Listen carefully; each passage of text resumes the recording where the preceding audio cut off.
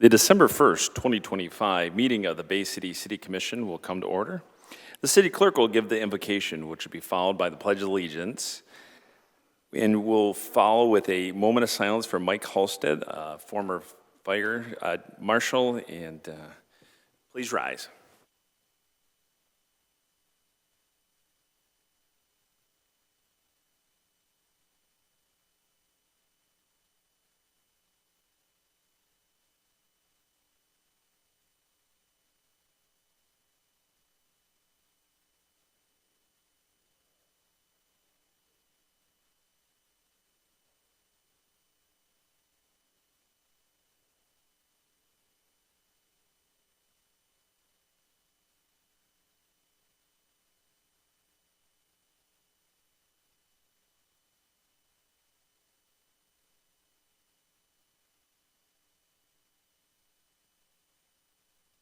Thank you. Will the clerk please call the roll? Commissioner Kubik. Here. Coakley. Here. Tenney. Here. Zanotti.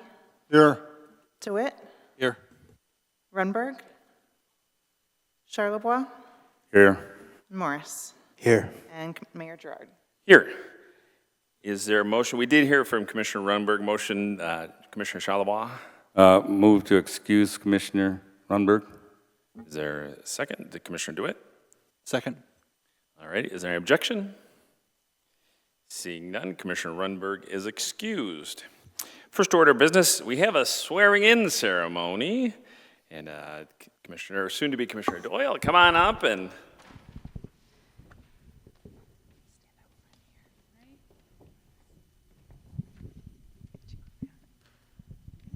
Raise your right hand and repeat after me. Okay. I state your name. I, Katie Doyle, Do solemnly swear do solemnly swear that I will support the Constitution that I will support the Constitution of the United States of the United States and the Constitution and the Constitution of the State of Michigan, of the State of Michigan, and that I will faithfully discharge the duties of the office the duties of the office of Third Ward Commissioner of Bay City, of Bay City, to which I have been appointed to which I have been appointed according to the best of my ability. according to the best of my ability.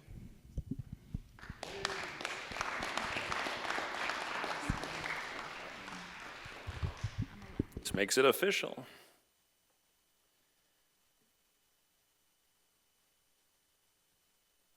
All right, congratulations again, Commissioner Doyle.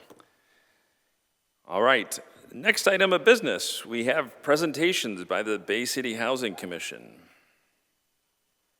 I don't know who's going first, but...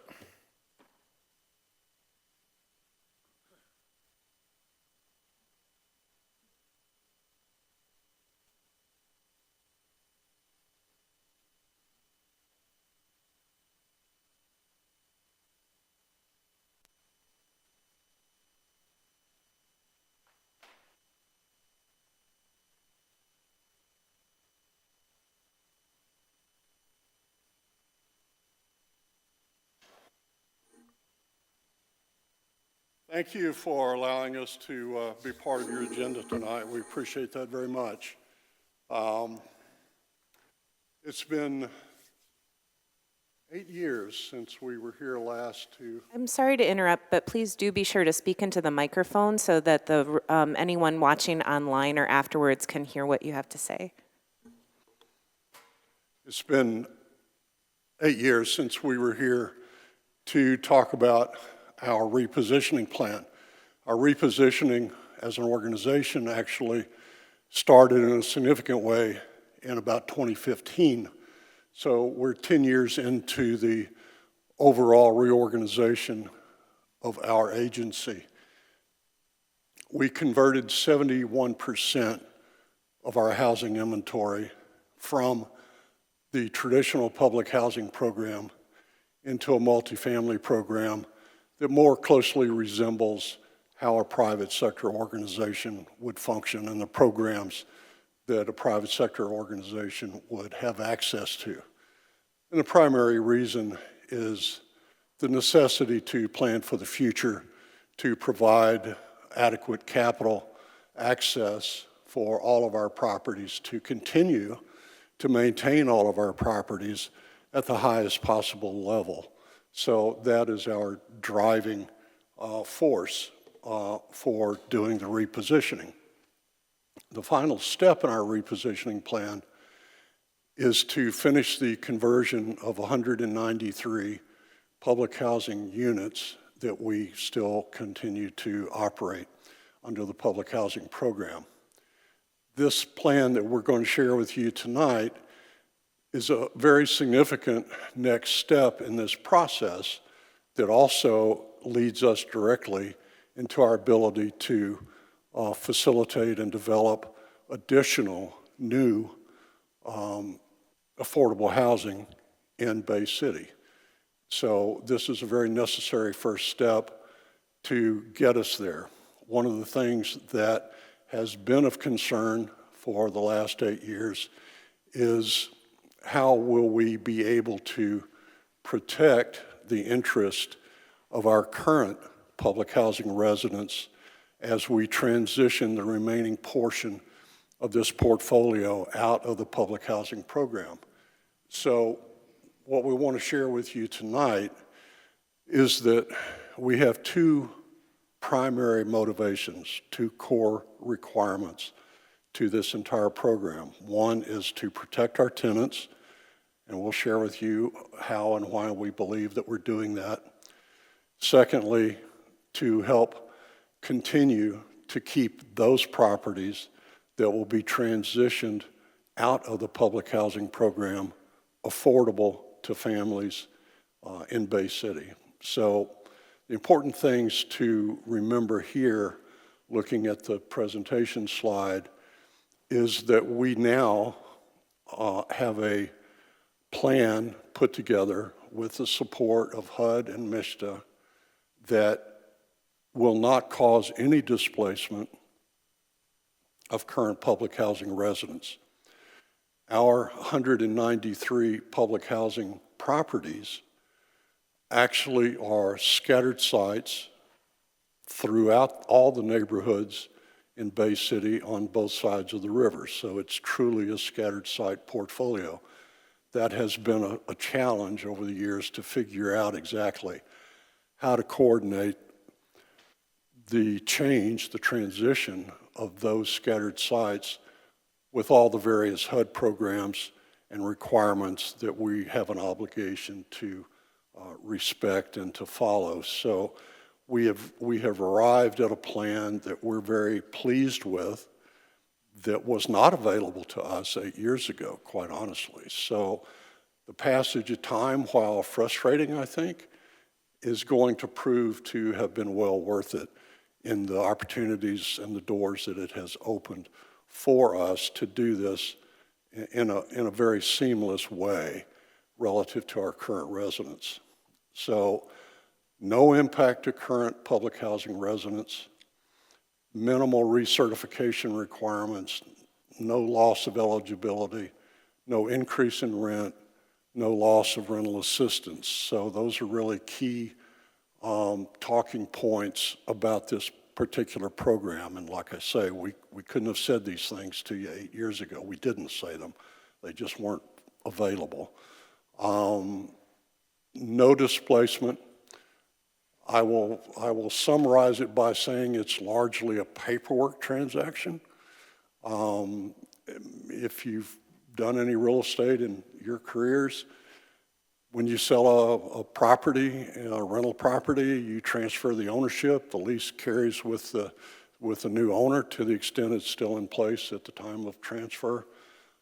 That's what we're doing. We're transferring title to these public housing properties into an organization that we have set up. If you look at bullet point number 3, we have created a nonprofit organization called Great Lakes Community Development Partners, and it is an affiliate of the Bay City Housing Commission. The Bay City Housing Commission Board serves as the board for Great Lakes Community Development Partners. The staff that will manage and operate Great Lakes Community Development Partners is sitting at the table talking to you right now. So the maintenance staff that will take care of the properties as they are transferred into Great Lakes will be the same folks that our residents see day in and day out today, as will our administrative folks. So no significant change at all. It's a paperwork transfer of title. It's a release of the current regulatory declarations of trust that appear as a part of any HUD public housing property today. So that'll all get released and transferred into the nonprofit organization. And as I said in my opening comments, the purpose of the repositioning plan is really greater access to capital. And this has been an ongoing repositioning structure across the country. It allows us to access other properties. It allows the nonprofit organization, when funds may be available from other sources, such as private foundations and other state programs and private corporate programs that from time to time might be available to support affordable housing, it allows that agency, that nonprofit, to at least access and compete for those funding sources as well. We're not able to do that under the structure as a public housing agency. So that's really one of the core principles of this whole restructuring plan, and has been since 2015, is the access to capital. The specifics of this particular repositioning plan that I've mentioned is that by shifting the ownership of the current public housing units out of the public housing program and into the ownership of the nonprofit organization, it frees up capacity that we have to use the current rental assistance that HUD provides us under our housing contracts with them to help leverage additional sources of funding for new development. So this is a process that is referred to as Faircloth, and I changed the slide, but I'm going to drop to the bottom of the slide. The disposition of the public housing properties to the Great Lakes Community Development Partners releases Faircloth authority, enabling the Bay City Housing Authority to assign or apply its available Faircloth capacity to new affordable housing. Think of the Faircloth Authority like you might think of your CDBG program. CDBG is a formula-driven program. Faircloth Authority is our version of CDBG in that it is a formula that was established 60, 70 years ago now, that every PHA across the United States has been allocated by the federal government a fixed number, a fixed authority, if you will, of units that the federal government has agreed to support for that PHA. So our final amount of authority is this 193 units. When we move those units into the nonprofit, we have now freed that authority up. We haven't lost it. We've made it available to use as leverage in developing new affordable housing. And this is the concept that is driving our plans on Columbus Avenue, as an example. So this being the first step, we need to go ahead and take it, and we will plan to exercise this program probably by the end of the first quarter of 2026, maybe the first part of the second quarter of 2026. So by next spring, we would be closing on, if you will, closing on the transition, the transfer of ownership of those properties into Great Lakes Community Development Partners.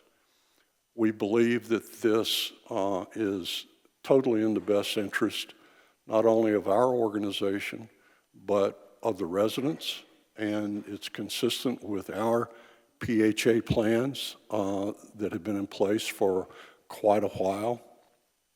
And I believe those plans are also consistent with the plans for the city, and that we have an obligation to attempt to address the need that we have in the community. Currently today, we are sitting on waiting list that are plus or minus 400 households deep.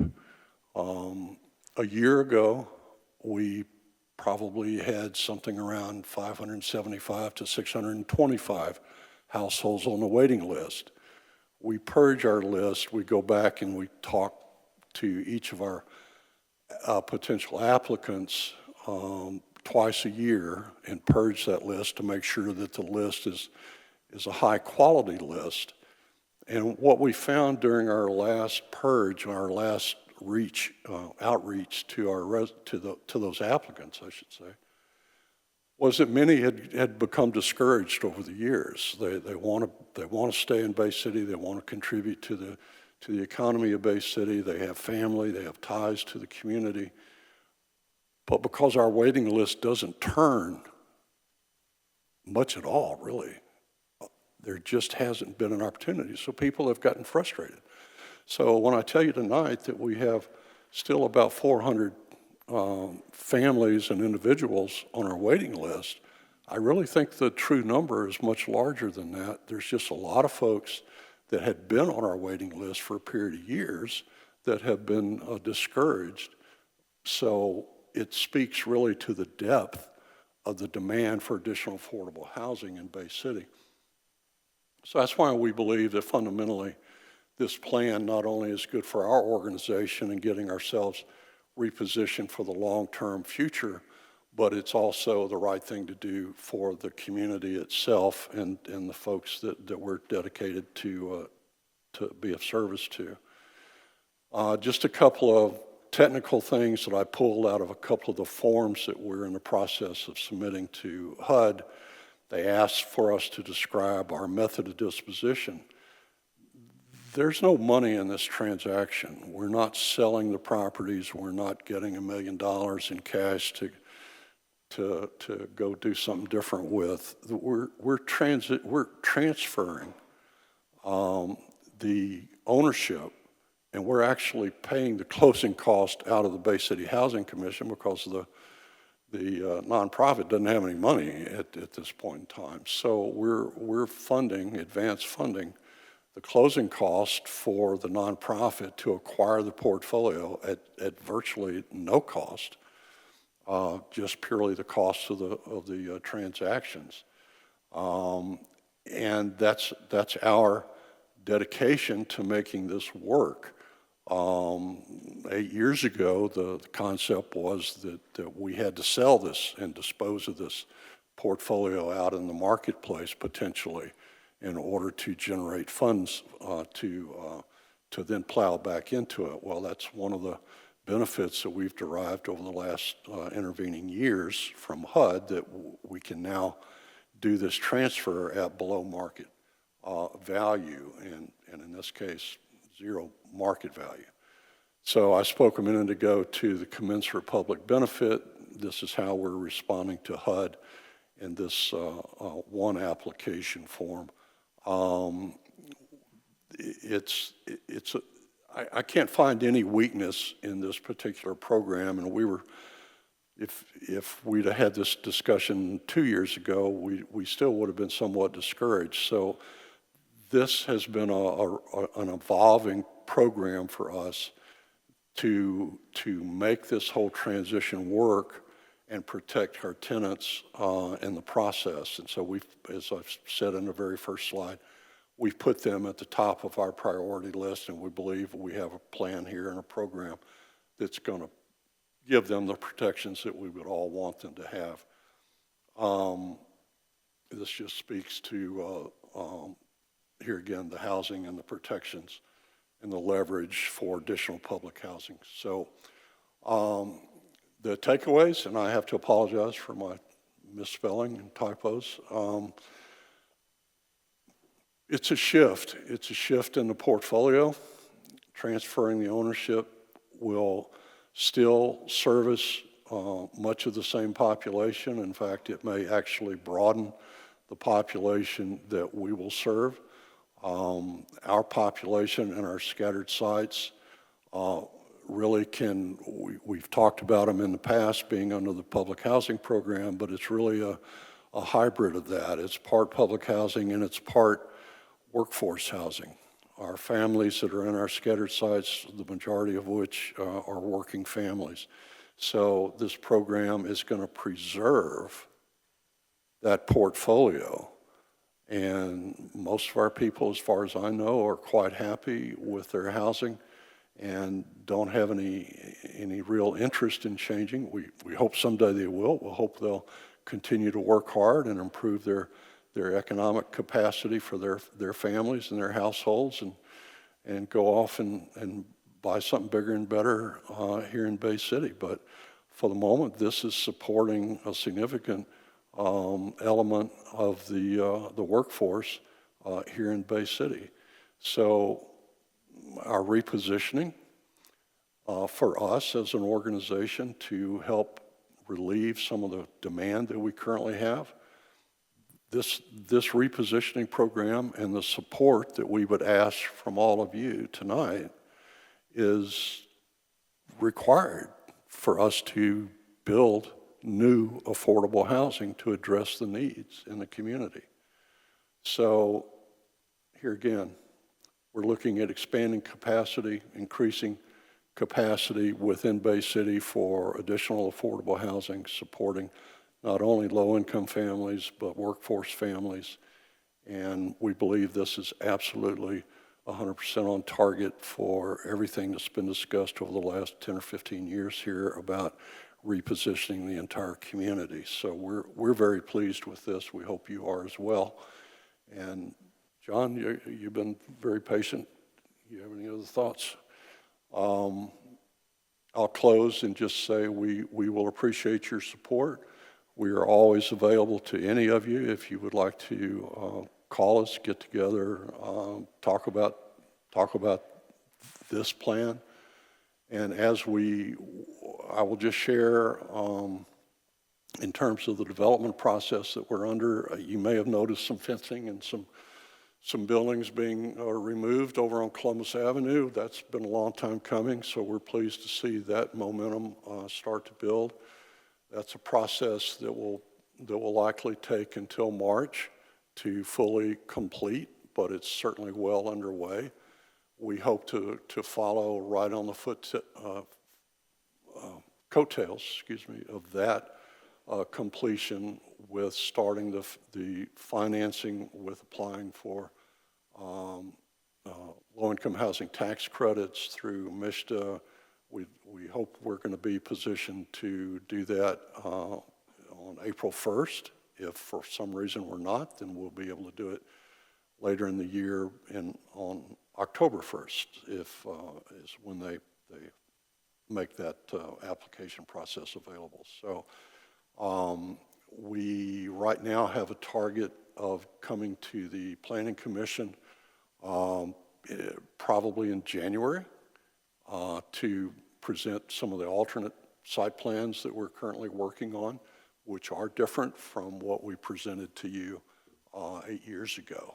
I'm not really, it would be a disservice of me to share much about those plans right now, except to say I think they're better. I think they address some of the comments that we had received 8 years ago, and we've been very sensitive to that. So I look forward to a very streamlined process there so that we can stay on our schedule.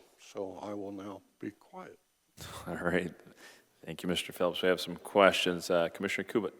Yeah, I do have a number of questions, and I would welcome the opportunity to meet with you outside of the commission meeting.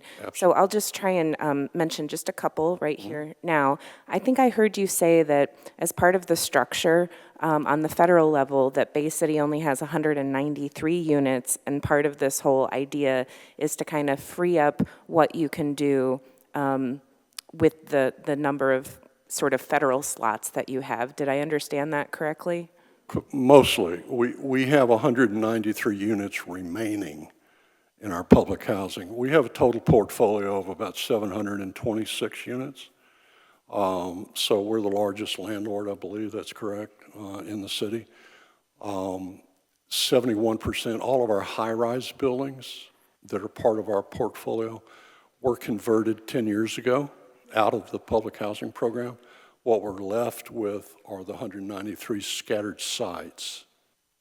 Okay, and in the slides, it mentions 151 of the scattered sites.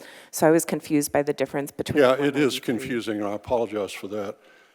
There are 151 buildings, but 42 of those buildings are duplex units. So you have to be careful. I have to be careful when I say these things. We have a total of 193 units. 42 of those are in duplexes. So it ends up being 42 duplexes and 109 single-family houses. That gets us to the, should get us, if I did the math on my fingers and toes correctly, that's what the difference is. Yeah, it's 151 buildings. Yeah, and I certainly appreciate the effort to make more affordable housing units available in Bay City. That's great. And I can talk with you in more detail later, but a big question I have is, of course, I'm concerned about due process, and right now those units are under kind of a certain set of regulations, and my understanding is that the new nonprofit would go to a voucher program. So I guess I just want to be clear and make sure people understand the rules, that they're under one set of rules and they're going to be transferring to a different set of rules. Those rules are very similar, but just being clear on they are different. I would fine-tune that a little bit and say the program is changing, the process and the rules won't change a whole heck of a lot. What happens is when it converts and that assistance turns into a voucher, it's going to be managed by MISTA, okay? So they're still regulatory. They're still managing to a virtually identical set of rules and regulations. So it's a real nuanced difference. Most people think we run a voucher program. I get calls every day, people looking for vouchers. We don't happen to administer a voucher program. We only manage project-based rental assistance. The rental assistance created by this will also be project-based, but in order to get it into the voucher program, we have to have somebody who is qualified by HUD to manage the voucher program. Since we don't do it, we had to reach out to MISTA and say, we're going to create this bundle of vouchers, but we need you to spearhead the administration of it for us. We will still be very much involved in the process. I understand. I guess I was just trying to make a point to be clear with everyone that, you know, they're going from this set of regulations to this other set of regulations. They are very, very similar, but it is a technical difference, and I just think that's something that people need to be aware of. It absolutely is, and we've had 2 resident information meetings. They weren't as well attended as we would have liked, but we have also distributed information directly to all of our tenants, and we will continue to do that as we have updates and shifts and changes in the way this works. But we'll be happy to meet with you and get into any more detail, but that's really pretty much the detail right now. Residents are just not going to see a big change. I promise you that. And if they were, we would have a hard time offering it, I think. It's just, this is such an elegant solution to a problem that we've been trying to figure out for a long time. But here again, we could. Thank you. Thank you. Commissioner Tenney. Thank you to the chair. Thank you, gentlemen, for being here, offering this presentation, and moreover, and mostly for offering affordable housing to our constituents. It's greatly, greatly appreciated. This radical idea that shelter ought to be a basic human right at this point in our society. So you guys help to make that close to a reality as can be, at least, and it's appreciated. I was able to attend at least the bulk of one of the informational sessions that you mentioned.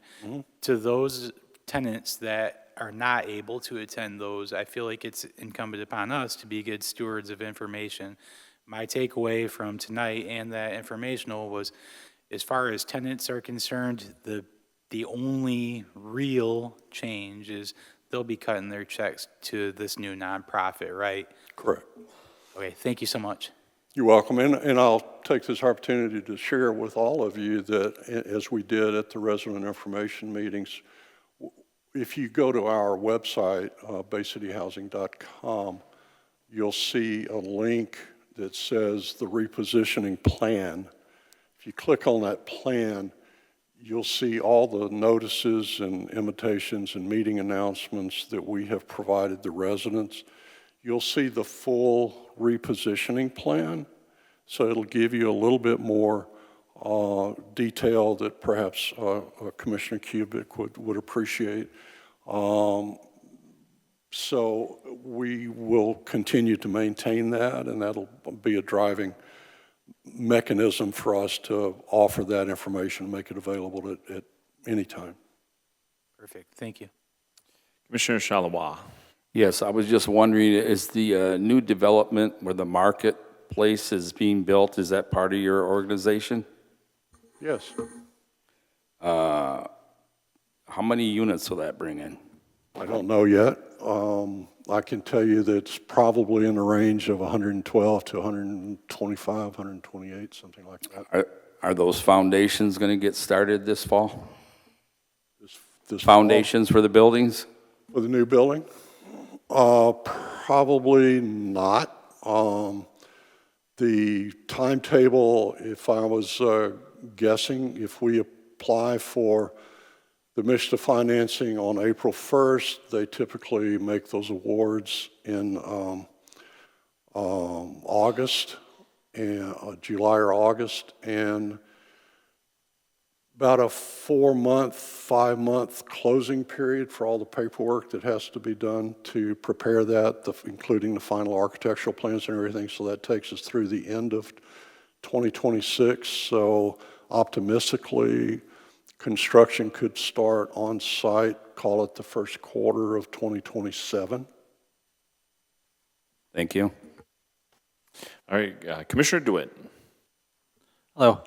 I have a few things, and the first one is just going to be a procedural thing, just for the mic here. The Bay City Housing Commission does not answer to us, and we don't answer to you, correct?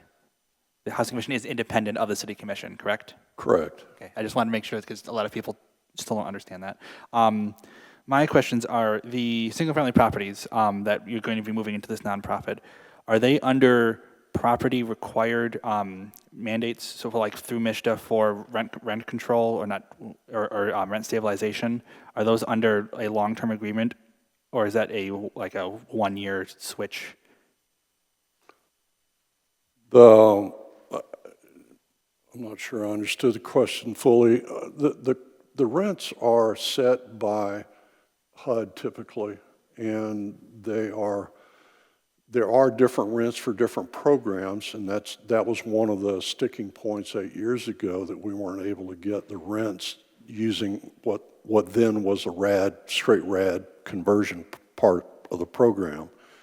Now, because of the coupling of what is called the Section 18 disposition plan, which is effectively what we're talking about tonight, that enables us to get to the fair market rents that we were not able to get to originally through the RAD conversion.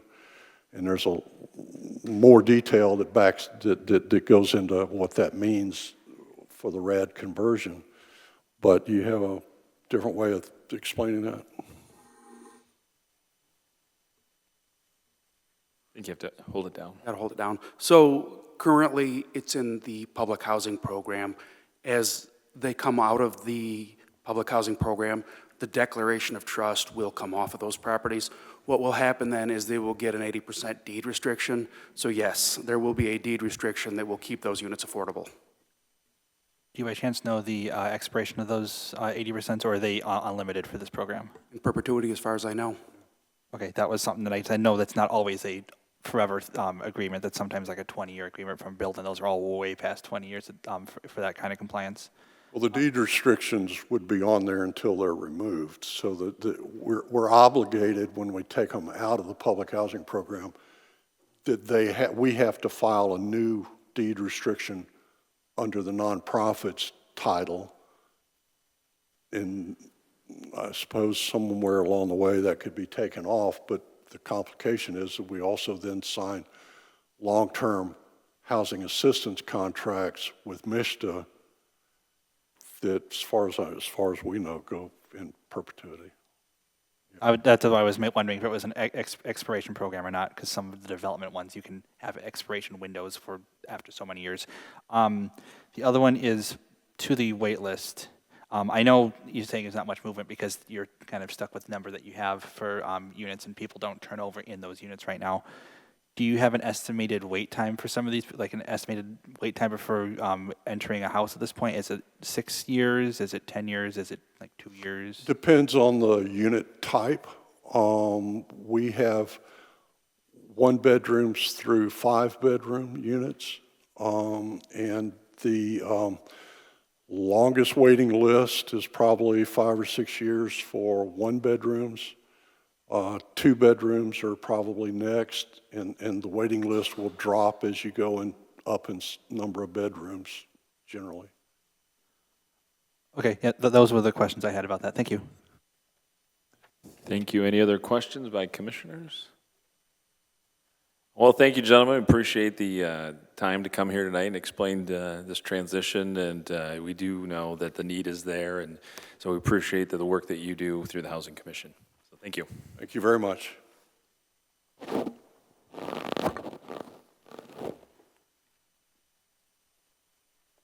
So the next order of business is the adoption of the agenda. Is there a motion to adopt the agenda?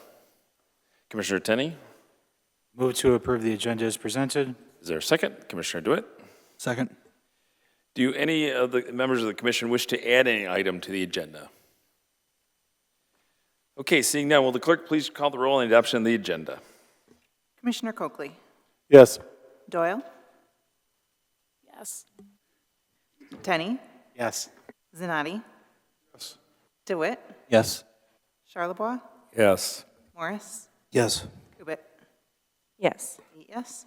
All right, the agenda for this evening has been adopted. So the next order of business is the consent agenda. Do any members of the commission wish to make a change to the consent agenda? Commissioner Tenney. I'd like to pull number 4. It's the recommendation to the updates for park rules and regulations, rather. Thank you. Any other changes to consent agenda? Okay, the next order of business calls for public input on the consent agenda. This is the opportunity for citizens to remove an item from the consent for consideration on the regular agenda. If anyone from the audience wishes to make the change, please come to the microphone, print your name on the registration sheet, state your name and address for the record, and the item you wish to have considered on the regular agenda.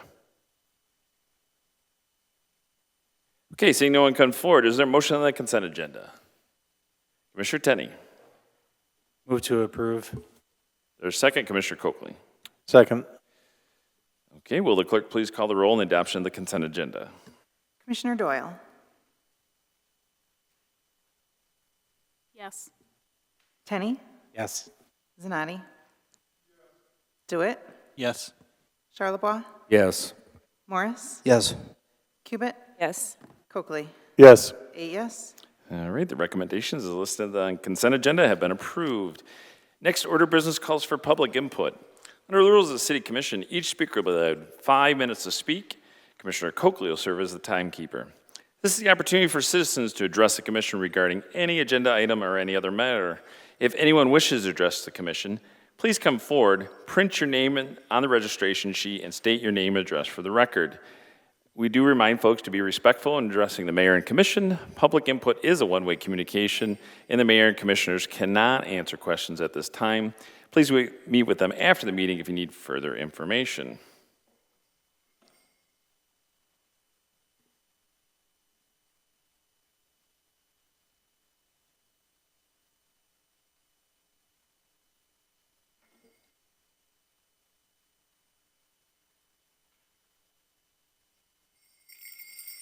Hello, everyone. My name is Jeff Reed, 409 Fillmore. I came here tonight to share a nice little Christmas story with everybody. And like every nice little Christmas story, there's always a happy ending.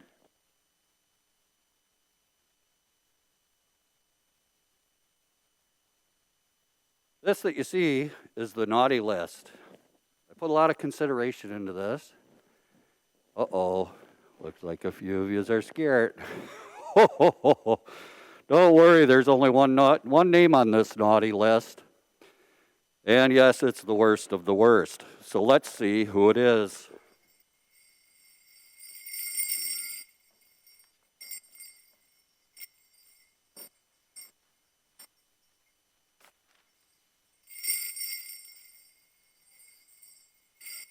Yes, you guessed it. It is the Bay City Bridge Partners.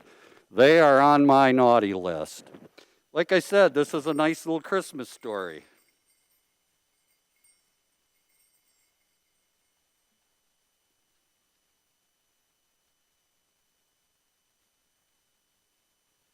I was at the Christmas tree lighting, as you probably all know. That was a fun time. Everybody had fun. And then, of course, I went back to the North Pole. The next day, I was summoned to the mailroom. Well, there was a letter there from little Susie. Little Susie writes, "Dear Santa, at school today, little Jimmy said after Christmas is over, we have to return all of our presents so that Mommy and Daddy can pay their toll bill." Well, little Susie, don't you worry about that. The adults are taking care of this toll business. They're boycotting the tolls. You won't have to return your presents.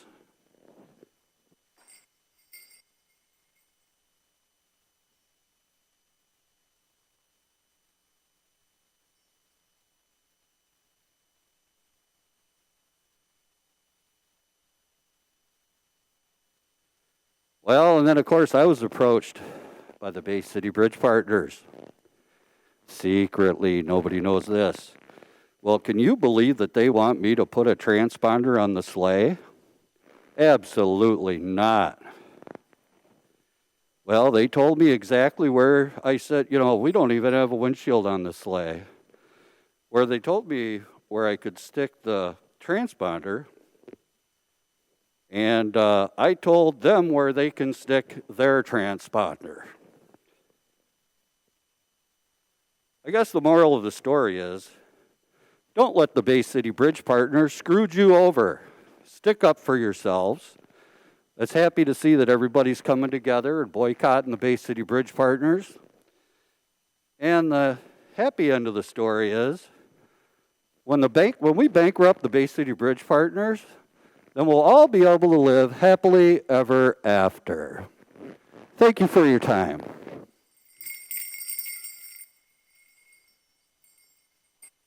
Thank you.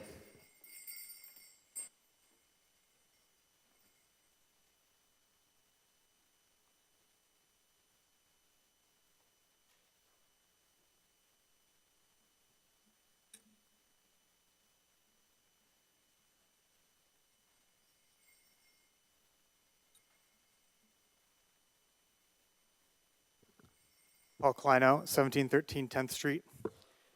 Shortly before this meeting, I had the opportunity to review FOIA of last week's Third Ward Commission votes, which I unfortunately couldn't make myself.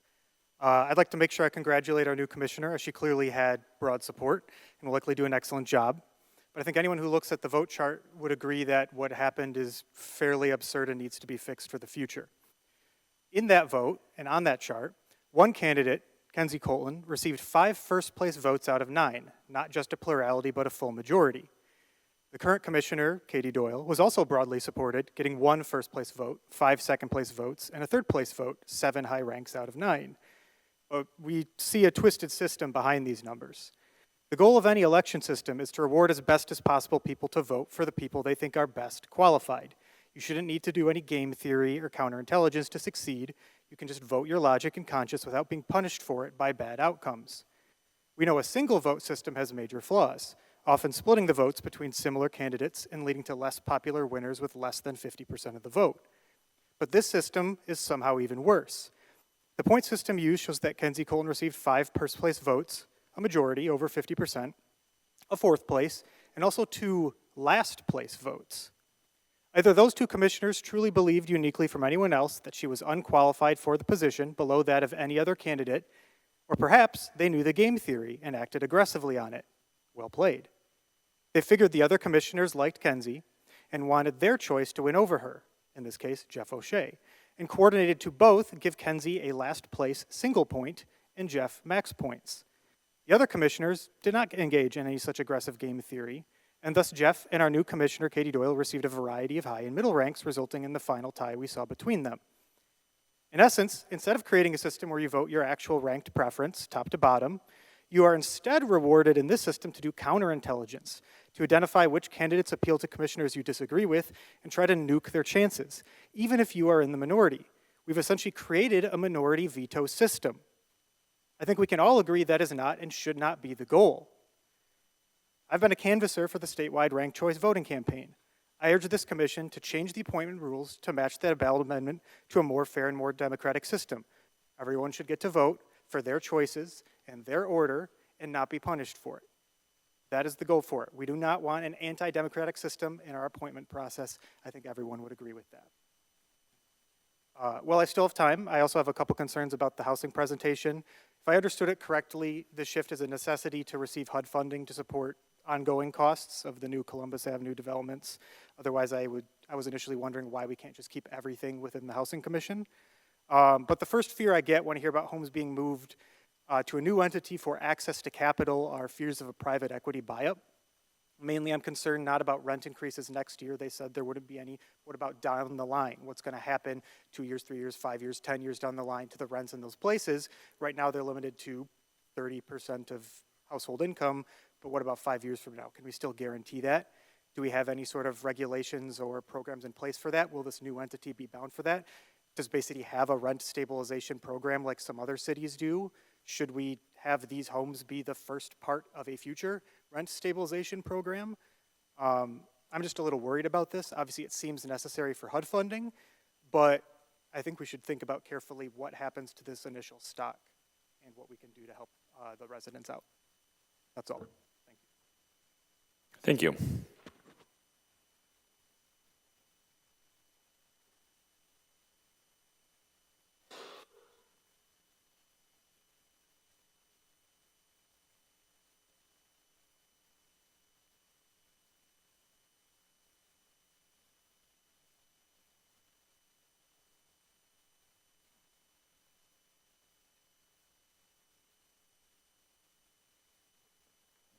Good evening, Commissioners. Mayor. My name is Sylvia Orduno. I'm returning to talk to you all about statewide water affordability. As I mentioned last time I was here. Well, excuse me, you need to give your address. Oh, forgive me. My address is 131 West Parkhurst, and I'm a Detroit resident. Thank you. Thank you. And I wanted to just kind of give you an update about things that are going on, and again, why we really see Bay City as an important city in need of coming forward about the concerns with residents here. As I mentioned, when we were here in early October and we had a community meeting on October 15th with residents, we heard from all those residents their concerns about water bills. And then at the city council meeting that you had where there was a presentation about a survey that you had, again, majority of residents mentioned their concerns with the cost of water bills. And so we know this is a consistent problem going on here and is only going to get worse. We know that with the growing cost of infrastructure, bills will never go back down again. And I really appreciated the conversation that happened here about the public housing, because affordability is really the name of what we're talking about these days. When we just focus on assistance, we're typically talking about short-term temporary aid. We know that there are lots of residents that are living in poverty, and if we're honest, really don't have big chances to break out of poverty. It's something that many families are living with generationally, and so when local governments in particular look at these issues from that perspective, it creates a more equitable system and creates opportunity for more households, as I believe you're trying to do. So with water affordability, we're also talking similar things. Creating a program at the state level that removes the burden, essentially, from local government to have to figure out how to come up with programs and funds and administrative cost to administer a program locally. You can sign up for the state program, or if you want to, the legislation will let you create something locally if that's just what you prefer to do. But what it would end up bringing in is close to $2 million to Bay City to help with the cost of residents' water bills. And as we were looking at the numbers, we know that at least 3,100 of Bay City households, or near 7,000 residents, are living below the federal poverty level. And that's about 21.5% of all Bay City residents. And at least a quarter of those residents, again, too, are earning less than $25,000 a year. So affordability for housing and water, sewage, stormwater bills is something that's pressing also for your residents. And we know that you're not going to be able to provide what you need for the improvement and the ongoing maintenance and operation of this system the way things are set up right now, with the cost going to ratepayers.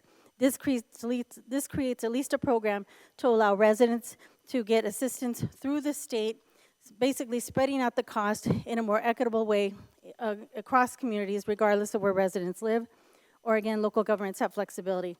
So if I can, I wanted to just share more detailed information about the bills so that you can see more about what they include. If you're interested, I can leave them with the clerk. And just lastly, on the matter of the housing plan here, the proposal. Oh, thank you, Madam Clerk.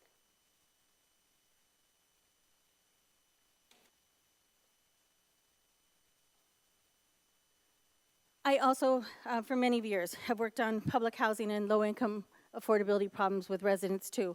And one of the things that I've learned that I'm hoping you'll take into consideration is whether or not the cost of utilities is going to change for residents. So we understand the presentation about how it's going to play out for residents to be able to keep their housing and that they wouldn't incur additional cost, but that doesn't necessarily mean that their utility costs will stay the same. It'd be good to know if their energy bills and water are going to be included, or if there are going to be changes to that, even in terms of who's responsible for those. So that would be an important thing to know. Similar to a previous commenter, wanting to know if the deed transfer in any way allows for, either in whole or in part, the nonprofit to be able to sell or transfer ownership to a for-profit entity, because that would also be something of high concern if this is just something that eventually makes it open to the private market. And then another thing that I've noticed when I work with residents who also were in similar situations where they were transferred over to another housing entity is that there were changes to the occupant rules. And even if the resident didn't necessarily do anything, if they had guests that came in and broke rules, it threatened the housing of those residents, which seemed completely unfair. So just as long as we're looking at more of the details around the rules and around the utility charges. Thank you very much for your time. Thank you.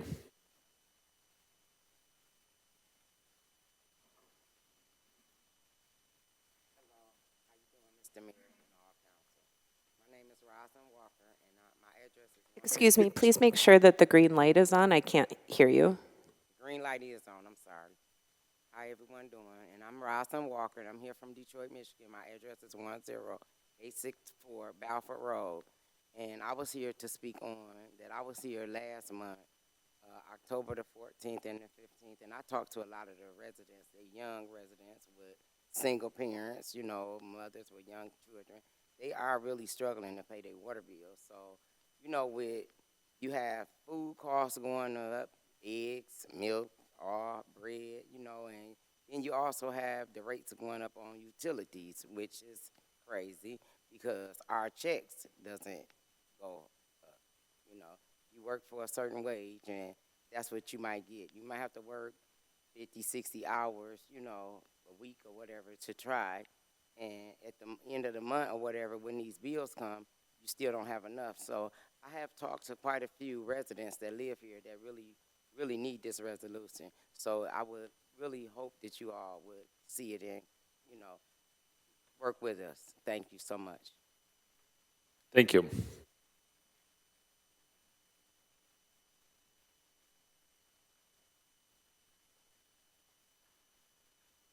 Good evening, Commissioners and Mr. Mayor. I want to thank you for allowing me to voice this concern about a resolution for clean and affordable water for all Michiganders. Sorry to interrupt. Did you say I'm your Alton name and McIntyre. address? Yeah. I'm Alton McIntyre. I'm a clergyman from Detroit, Michigan. I live in the city of Detroit, 5138 Iroquois Street, Detroit, Michigan. And I was just saying that we've been going across Michigan stressing the point about the resolution for clean and affordable water for all Michiganders. And my main concern is the water being not only affordable, but being made acceptable enough to drink. And where we're praying that this resolution will be accepted by all the communities that we reach out to. I've been doing canvassing here in Bay City and Jackson as well, and we're reaching a point to where this is an important factor in our lives. And I just will gladly ask you to take on this consideration, adopting this resolution for clean and affordable water. Thank you. Thank you.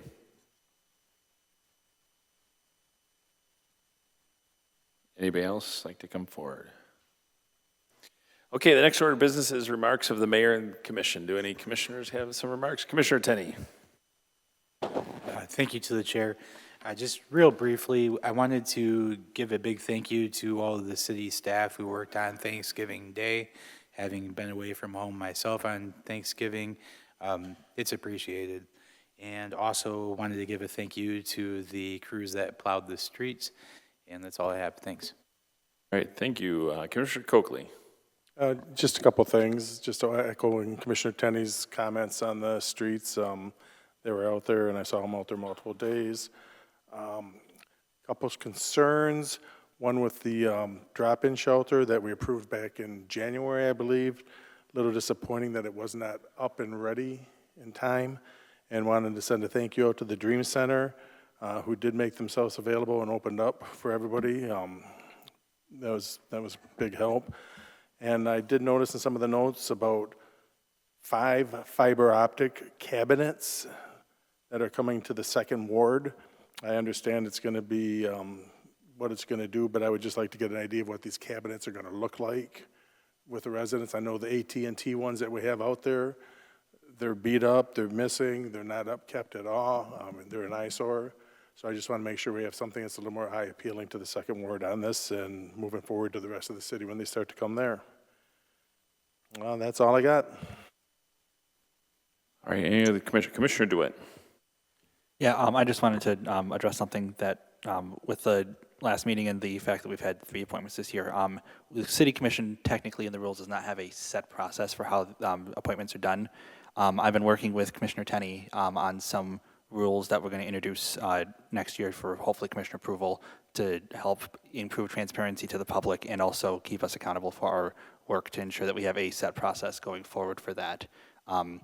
Entertaining the same thing for commission officer appointments and liaison appointments as well. On the subject of liaison appointments, though, I'm going to be looking to get people partially assigned to especially the ones who are newer to the commission for those 3 appointments, because a lot of vacancies and some switching that could happen. If you're a current commissioner who is unable to attend your liaisons, please send me a message so I can kind of know what's going on and we can hopefully get everyone settled into ones that they are able to attend and have be able to have impact on. Thank you. Thank you. And those appointments are jointly with myself and the commission president. Anybody else like to have public comment? A couple things. Dave and Sally Clements for the last 10 years have done a lot for this Christmas tree lighting downtown Winona Park this last Friday, so I want to give them a big shout out, even though they don't want to hear it. But and then Sula Rose donated the 42-foot tree. So if you haven't gone down there in Winona Park and seen that pretty impressive tree, just happened to run into the whole crew that volunteers their time every year to go and put that up. So kudos to all those folks. The holiday lighting contest, so I know there's quite a few questions about that. The commissioners, hopefully we have them answered, but typically commissioners go out and they get prizes. You can buy gift certificates for electric, or you can go find businesses in the ward if they're willing to help with a prize. You can do that too. It's entirely up to you how you want to do it. Select one business, one residential award winner. Others have done a couple if they can't decide, and they've done two. So it's entirely up to you. If you can do that by this Friday, so I can go out this weekend, so and select the grand prize, the citywide winner, that would be incredibly helpful. Also want to give out to the Pastor Aaron and Pastor Mary from the Dream Center, who did step up and they provided shelter. I know I did talk to Mr. Streeter briefly, or text about the status, and he's hoping by mid-December to have everything up and running and operational. They ran into a couple quirks, but yes, hopefully that will be done. This weekend also, the Saginaw Spirit did a 989 night with the municipal leaders. They had us drop hockey puck, so I dropped the hockey puck with Mayor Brenda out of Saginaw. The Midland mayor was unfortunately unavailable, but we had a good time dropping the pucks, and we didn't get high-sticked. So, and that's all I have. Manager, you have some comments? I do not. All right, moves us into public hearing. Next order of business calls for public hearing. This is the opportunity for citizens to address the commission regarding public hearing number 1, which is application from Drew Denham of DS Denham Properties, LLC, for a 12-year obsolete property rehabilitation exemption certificate located 1125 South Water Street in the amount of $67,797. Is there a motion on that? Commissioner Tenney. Move to allow for public hearing 1. All right. Is there support? The second, Commissioner DeWitt. Second. All right. If anyone wishes to address the commission regarding public hearing item number 1, please come forward, sign the registration sheet, and state your name and address for the record.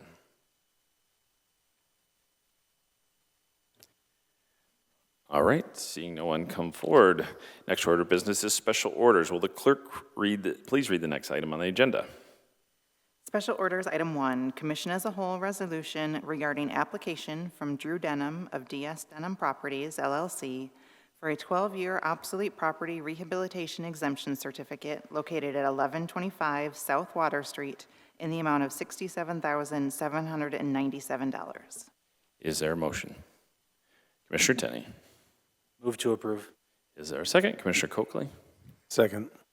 Any discussion? Commissioner Tenney. Just real briefly, this is in my ward. I was pleased to read how much has been invested in this property, and pleased to see that there's some motion being made on rehabilitating it. I am curious to know what's going on with it more specifically, so if the owner's out there and listening, I'd be happy to have a conversation with you. That's all I have. Thanks. All right, thank you. Commissioner Coakley. Yeah, that building's been there a while. It's going to be nice to see it get refurbished a bit. Offices and 2 apartments, right? Yeah, in the packet, yep. What about the outside structure over there? Can they try to keep it historically? The building's been there a long time. Yeah, they do, and it's listed in the cover rec that I saw that, but I mean, like Commissioner Tenney said, I would love to hear a little bit more on exactly what they're going to do. If they're going to keep the outside the same, just do the inside and things like that. I know it's outside the Historic Society district, but it's still a building. Yeah, they are going to make updates to mechanical and electrical and put a new roof on, in addition to the office spaces that they're doing inside, a kitchenette, 2 bathrooms, and then have a large apartment that's going to be 2 residential units. So, All right, thank you. Thank you. I don't know if Granite is actually using it right now as kind of a headquarters in the lower level? I don't think so. Okay. All right. I can connect you. I know that I just happenstance connected through social media to the owner, so. Is there a do we have a motion? Will the clerk please call the roll on the motion to adopt? Commissioner Tenney, Yes. Sinati, Yes. DeWitt, Yes. Charlebois, Yes. Morris, Yes. Kubit, Yes. Oakley, Yes. Doyle. Yes. 8 yes. All right, the motion's been adopted. The next order of business is the regular agenda items. Will the clerk please read the next item of business? From reports of officers, item 4, city manager recommending updates to the parks rules and regulations. Is there a motion? Commissioner Tenney. Move to approve. Is there a second? Commissioner Morris? Second. Discussion, Commissioner Tenney. Thank you to the chair. So I just have some concerns. I'll just jump straight to it. I worry that we are trying to effectively outlaw homelessness, because when I read about open fires, Battery Park, where we know folks are experiencing homelessness, and open intox, when we know that there's a huge overlap of people who experience substance use disorder and homelessness at the same time, I have concerns about this. So I want to know more, please, if you would entertain what brought this about. Are we targeting specific populations? And that's what I have. I can have Bob Dan come up from DPW. It's never meant to be a target on populations. I think Craig, who is our park supervisor, it's been a buildup of complaints maybe or some concerns, and they have the park committee, which some of you sit on, and I think that's where it was brought up to update those with the committee's help.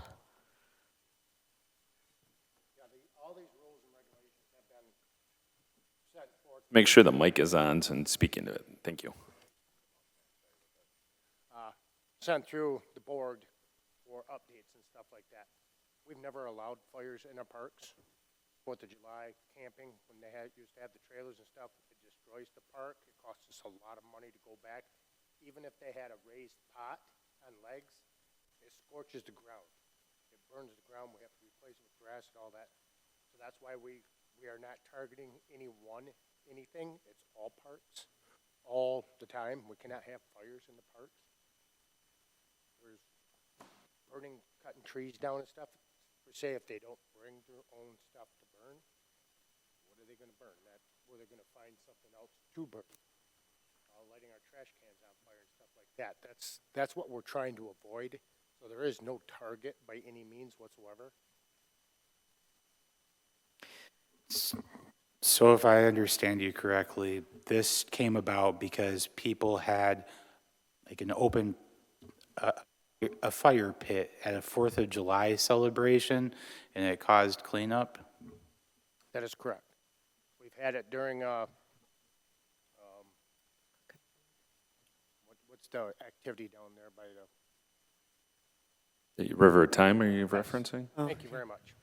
We've had that situation down there before with River of Time have had their pots and stuff like that. It's the same thing. I mean, we've worked with people to do some stuff with that out there, try to make them electric or something without having the absolute fire, because now it's just scorched. We have to clean it up. And I guess part of my concern too is why add the Battery Park of all of the places we could talk about? Like, we're not talking about folks at Carroll Park or Drexler Jablonski or Hewitt or anything like that. Like, why Battery Park specifically? Why is that being added to the list for these ordinances to be covered by? It just hasn't been part of the list, and it just needed to be added as a city park. So it would be under those same rules and regulations as the rest of the parks. All right. I'm vehemently opposed to adding Battery Park to that list just because of the issues that I brought about already. I don't want us putting targets on the back of folks that are already vulnerable, with all due respect. But I do appreciate you coming up here and entertaining my questions. All right, Commissioner Coakley. Currently, we already have rules in place for intoxicants and alcohol anyways. Between 7 and 6, you can use it in all parks. Then after the fact, it's not allowed. That is correct. And we already have a list of parks that are on the anytime one, Winona, Carroll, and Bernie, correct? That is correct. So this would just be adding another one, so, okay. All right, so just to be clear, as it stands now, you can't have anything from 7 a.m. to 6 p.m. in any of the parks. You can at that time after that, and this is just an all-day, no exceptions kind of addition. That is correct. Thank you. Commissioner Cubitt. Yeah, I'm, I guess, questioning why we need to add under section 2, 1, no person shall, and then F. The part that's added, it says, be under the influence of any illegal intoxicants or drugs or engage in any violent, abusive, loud, boisterous, vulgar, lewd, wanton, obscene, or otherwise disorderly conduct tending to create a breach of the peace or to unreasonably disturb or annoy others. My concern about that is, to me, I know that under Article 2, Section 74-32, we already say that you can't, it's regarding disorderly conduct. So the language that's already exists under the ordinance, it includes phrases like make an unreasonable noise, which I think is better wording than loud or boisterous, because to me those terms are vague and could be interpreted in sometimes disparate ways, which is a concern. So if I don't see anything that isn't really already covered in the section that we have generally, not just applying to parks.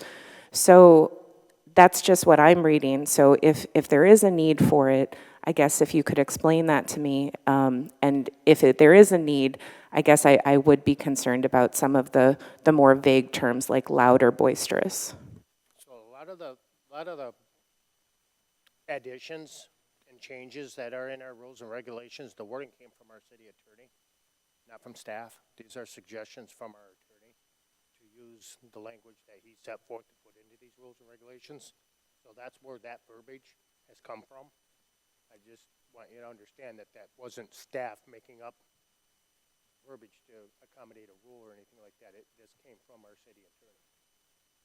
Okay, I appreciate that. I guess, why do we even need to add the specific paragraph in the park rules if it's already covered under our disorderly conduct rules generally? Because the new section is a little bit more descriptive and just adds a little bit more verbiage to be able to enforce. Okay, I guess my position would be that loud or boisterous are unhelpful words. I think that they are more vague and hard to interpret. So just relying on what we already have under disorderly conduct as making an unreasonable noise, I think is better verbiage. So that's just my position. I thank you for your answers. Thank you. Any other question, Commissioner DeWitt? So since we have effectively 2 tiers of park restrictions for alcohol and whatnot, do we know how many times the other parks have calls for drunken disorderly, or if we've had drunken disorderlies in other parks that technically allow alcohol that lead to other issues? Is that, like, because I feel like if we're going to change the park regulation, which I'm slightly disappointed, the first thing that came in, this is a real change, this committee is a real change, but is there a reason why we are not doing a blanket ordinance? And because obviously special events, you get special requirements to allow alcohol. Like Winona sells, you can sell alcohol at Winona if you have a special event permit.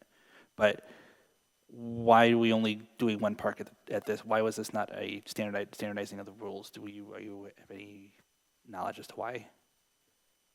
I didn't write these rules. It's just an addition to what the update language is. I can't answer you why we don't have a blanket.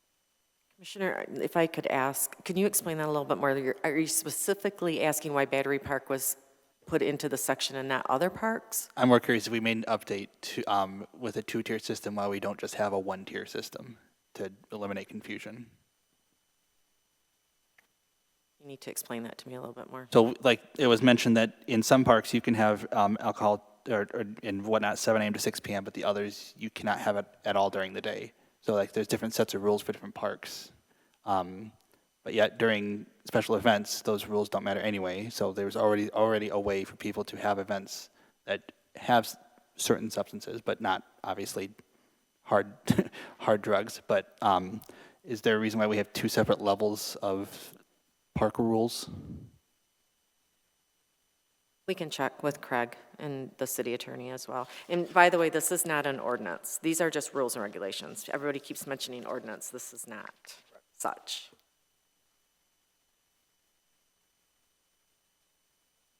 Is there anything else we need to look at if we're sending it back? Commissioner Coakley. Yeah, I know the city does rent out or allow like birthday parties and stuff like that at some of the parks. I'm assuming that's why the ordinance doesn't encompass all the parks at this time. Could you find out how many times and which parks are used the most for these parties? That would, I think Craig could pull answer together, that. Bob. I'm looking at Bob because this is his department that would have Just to a do general this. idea. I would have to do some research. Yeah. Because it would, No, That's- well, I'm just saying, that's why I'm assuming it's allowed in some of the parks is, just to have the people in there, squealing their tires, having loud music on their cars, having a party. They do it until the park closed, and then we have to go in and vacate them, which is usually PD's job to go in there and kick them out because they're disturbing the rules of the park. Otherwise, if you don't make the rules, you're going to be in there all night. I understand. Residents complaining. Caleb is going to come Yep, up and yep. speak too. And then Public Safety Director. before Caleb speaks, somebody had mentioned about the number of calls for each park. I'm going to need a range, a date range of how far back we're going to give you that. 6 or 12 month window, I would think. I'm not the one who mentioned it, but is a year a good number? Yeah, that's good. That gives us a range, not go back 5 years or. Perfect. All right, thank you. think the Battery Park specifically this last summer, we got several calls every day for people down there fighting, drinking. A lot of from the county building, from the people at the library. We worked with Craig a little bit to see why Battery Park wasn't included on any of the lists. It wasn't on the one where you could drink. It wasn't on the one where you couldn't drink. It just wasn't included. So our suggestion would be to make that a non-drinking park because it's kind of right in the middle of a lot of people visiting downtown during the middle of the day, and it doesn't, all those problems there are not exactly a great look for the city. Some of the parks where it's prohibited are in residential areas. If you, like Winona Park, you often get the people that live in the Jennison building there and whatnot will complain whenever there's people down there being unruly. Bernie Park's in a residential neighborhood, Carroll Park in a residential neighborhood, Battery Park's kind of in that same realm. That's why, in my assumption, that's why those parks were listed as no drinking. Commissioner Cubitt.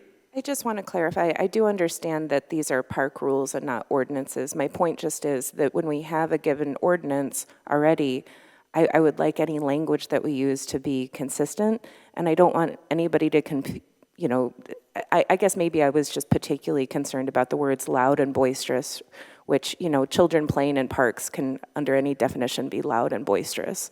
And I just want to lean to language we already have in our ordinances when we are laying out rules and try to not use terms that could have a chilling effect on what the intent of the parks are for.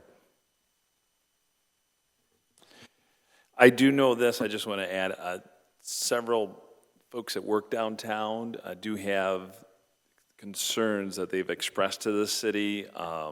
They don't feel safe, so I know that's why one of the concerns was Battery Park, and some of the issues there. I know Public Safety's worked hard on trying to address some of those issues, but I think this just gives them the kind of rules that they can apply it. So, yeah, Commissioner Kiewit. I guess for our director, so if there was a concern or complaint, you can use the ordinance of disorderly conduct if in your officer's judgment there needs to be some action taken, and you would rely on that ordinance, not on a park rule to do that, correct? Either or, I mean, we technically can cite for a violation of a park rule. Just comes with a fine, whereas disorderly conduct, they're generally getting arrested. Do you think that there's something in the proposed park rules that would give you the ability to do something that you don't currently have the ability to do? Well, yeah, with people drinking in the parks where there's no ordinance against it now, this would obviously make it so they can't do that anymore. But outside the drinking? The section on the e-bikes is being addressed. As far as the park rule on the loud and boisterous or disorderly conduct, I don't know that it makes a whole lot of difference from our angle. Thank you. All right, any other comments?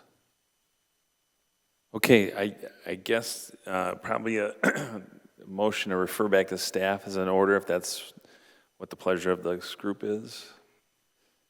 Commissioner Tenney, you want to speak on that? Yeah, I pulled it to just vote on it. If it's the purview of our board to send it to staff, I suppose we could do that. I guess there's, a motion on the floor, and we've had discussion. Do we want to vote yes or no, and then vote on a referral back to staff from there, or what's the procedural? Well, it's entirely up to this body. So Commissioner Coakley. I'd like to make a motion to refer it back to staff. Okay, thank you. Is there a second? Commissioner Doyle?